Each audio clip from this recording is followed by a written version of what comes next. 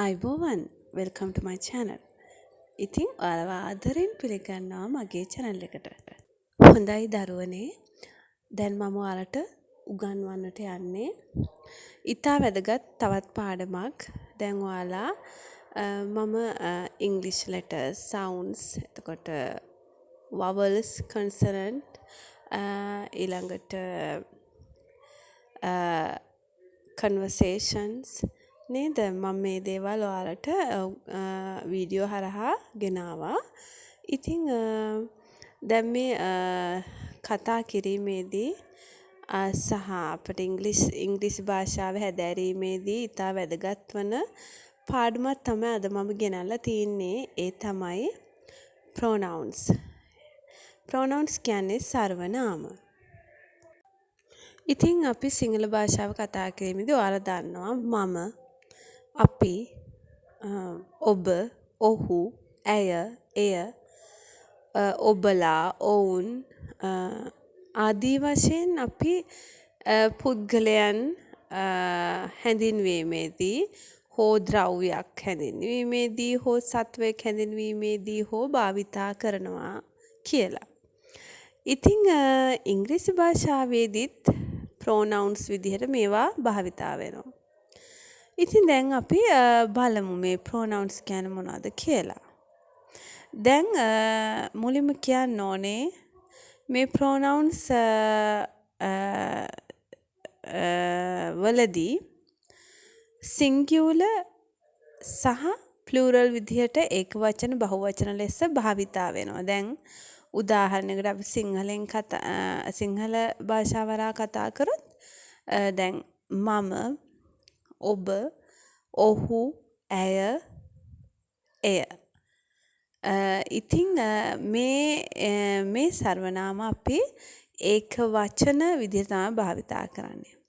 ඊළඟට ඔබලා, අපි, ඔවුන් මේවා අපි භාවිතා කරන්නේ ප්ලූරල් මේ බහුවචන සර්වනාම කියලා. ඉතින් ඉංග්‍රීසි භාෂාවෙත් මේ විදිහටම singular and plurals විදිහට භාවිතා වෙනවා මේ pronouns. හරි අපි මුලින්ම දැනගමු. මුලින්ම අපි pronouns ටික බලමු. I, මම, you,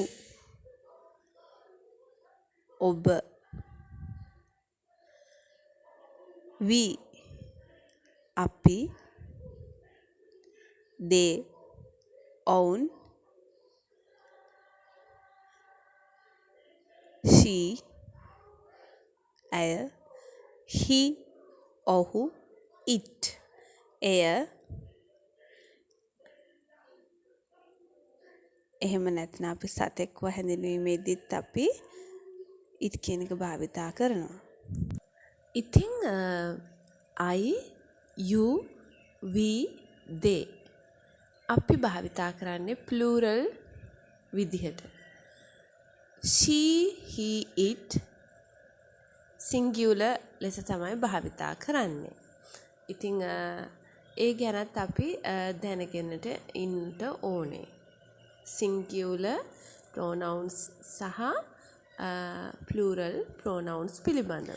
දැන් අපි වාක්‍යයක් එහෙම හදාද්දී අපිට අනිවාර්යෙන්ම මේවා හරි වැදගත්. ඊළඟට මේවත් එක්ක එනවා අපිට දැන් මේවා තනියම භාවිතා කරන්න බෑ. දැන් මම, අපි, ඔබ තමයි ඒ විදිහට කිව්වට අපි දැන් උදාහරණයකට මම ගැහැණු ළමෙක්. අපි ඒක I girl කියලා කියන්න බැහැනේ නේද? ඒතකොට අපිට helping verb එකක් ඕන වෙනවා. ඉතින් helping verb කියන්නේ ළමයි උපකාරක පද. දැන් මේ pronouns එක්ක යෙදෙන ප්‍රධාන උපකාරක පද තමයි am, is, are. ඉතින් pronouns දැනගන්නවා වගේම අපිට මේ am, is, are ගැනත් දැන ගැනීමට අවශ්‍යයි. විශේෂයෙන්ම මේ am කියන helping verb එක භාවිතා වෙන්නේ I කියන pronoun එකත් සමග.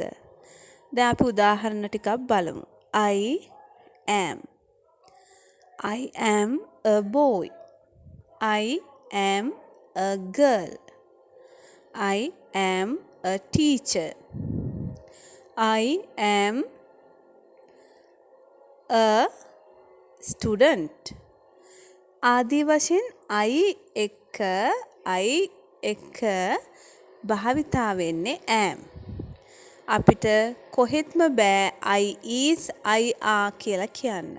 එහෙනම් I am. ඕකේ? ඒ විදිහට මතක තියාගන්න. ඊළඟට දැන් තියෙනවනේ plurals දැන් අපි pronouns ඉගෙන ගත්තනේ ඊළඟට we you we they කියලා නේද? you කියන්නේ ඔබ, we කියන්නේ අපි you කියන්නේ ඔබලා, we කියන්නේ අපි, they කියන්නේ ඔවුන්. ඉතින් මේවා plural form නේ. plural විදිහටනේ ගන්නෙ.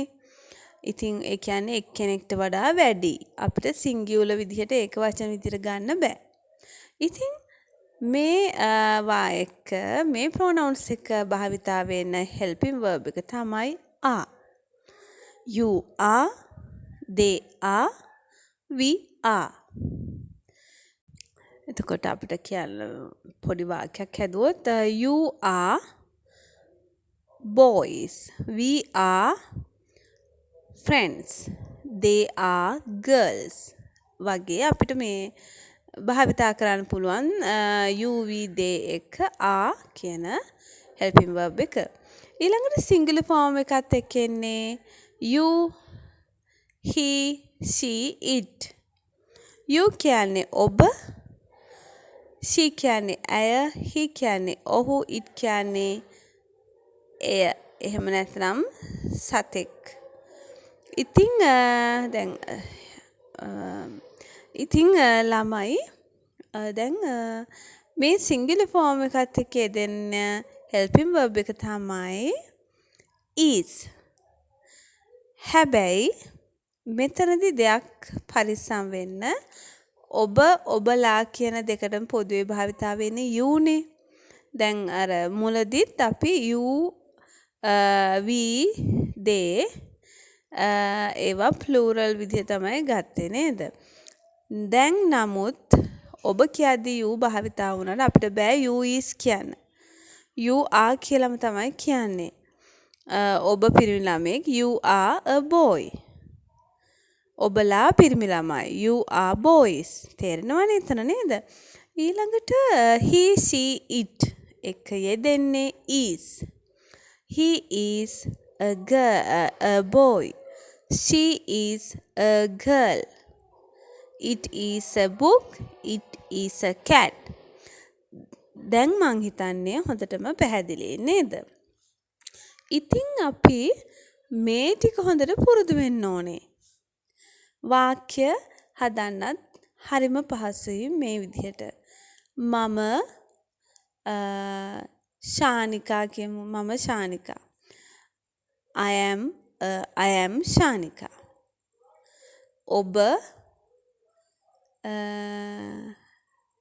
ඔබ ලවින්දි. You are ලවින්දි. අපි ශිෂ්‍යයින්. We are students. ඔවුන් පිරිමි ළමයි. They are boys.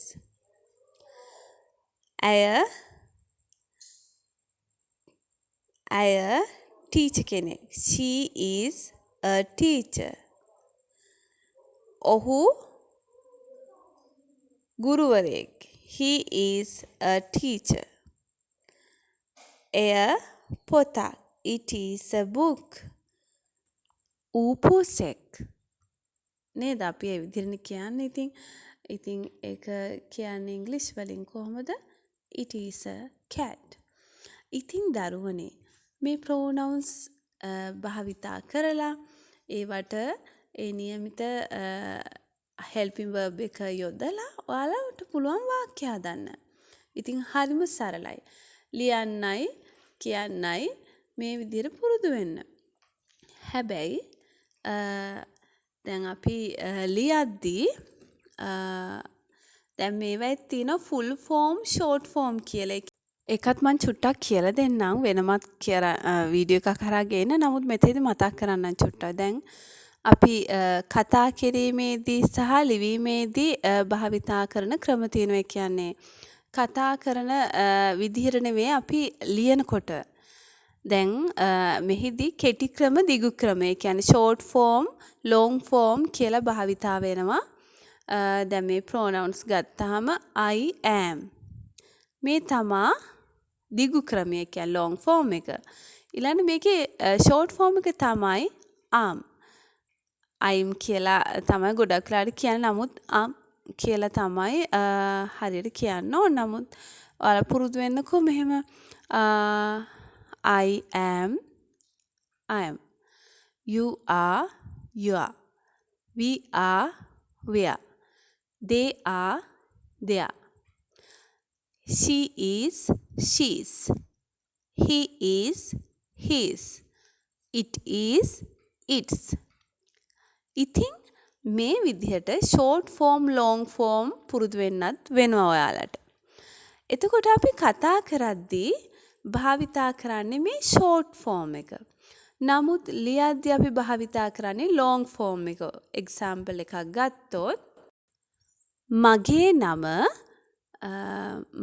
නම දිලිනි පෙරේරා කියලා කියමුකෝ. එතකොට මේක ලියද්දි කොහොමද ලියන්න ඕනේ? I am Dilini Perera. දැන් මේක කතා කරද්දී I am දිලිනි පෙරේරා. ඊළඟට ඔබ ගැහැණු ළමයෙක්. You are a girl. You are a girl. ඊළඟට අපි පිරිමි ළමයි. We are boys.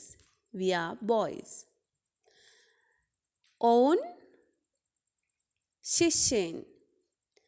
They are students. They are students. ඇය ගුරුවරියක්. She is a teacher. She is a teacher. ඔහු වෛද්‍යවරයෙක්. He is a doctor. He is a doctor. එය පොතක්. It is a book. It's a book. එය පොසෙක්. It is a cat. It's a cat. ඉතින් දරුවනේ මේ ආකාරයට ඔයාලාට පහසුවෙන් වාක්‍ය හදන්නත් පුළුවන්, කතා කරන්නත් පුළුවන් ඉගෙන ගන්න නේද? මුලින්ම මෙහෙම සරලව ඉගෙන ගන්න. ඉතින් මුලින්ම pronouns ටික ඉගෙන ගන්න. ඉතින් ඊළඟට ඒවට යොදන helping verb එක am is are යොදන විදිය ඉගෙන ගන්න. ඊට පස්සේ ඉතින් පුංචි වාක්‍ය හදන්නත් ඉගෙන ගන්න. ඉතින් ලියද්දී අපි දිගු ක්‍රමය, ඒ කියන්නේ full form එක භාවිතා කරන්නත්, කතා කරද්දී කෙටි ක්‍රමය short form එක කරන්නත් පුරුදු වෙන්නට ඕනේ. ඉතින් එහෙනම් අදට මම මෙතනින් නවතිනවා. ඉතින් ඔයාලට සුබ ප්‍රාර්ථනා කරනවා හොඳින් අධ්‍යාපන කටයුතු සිදු කරගන්න කියලා. තෙරුවන් සරණයි.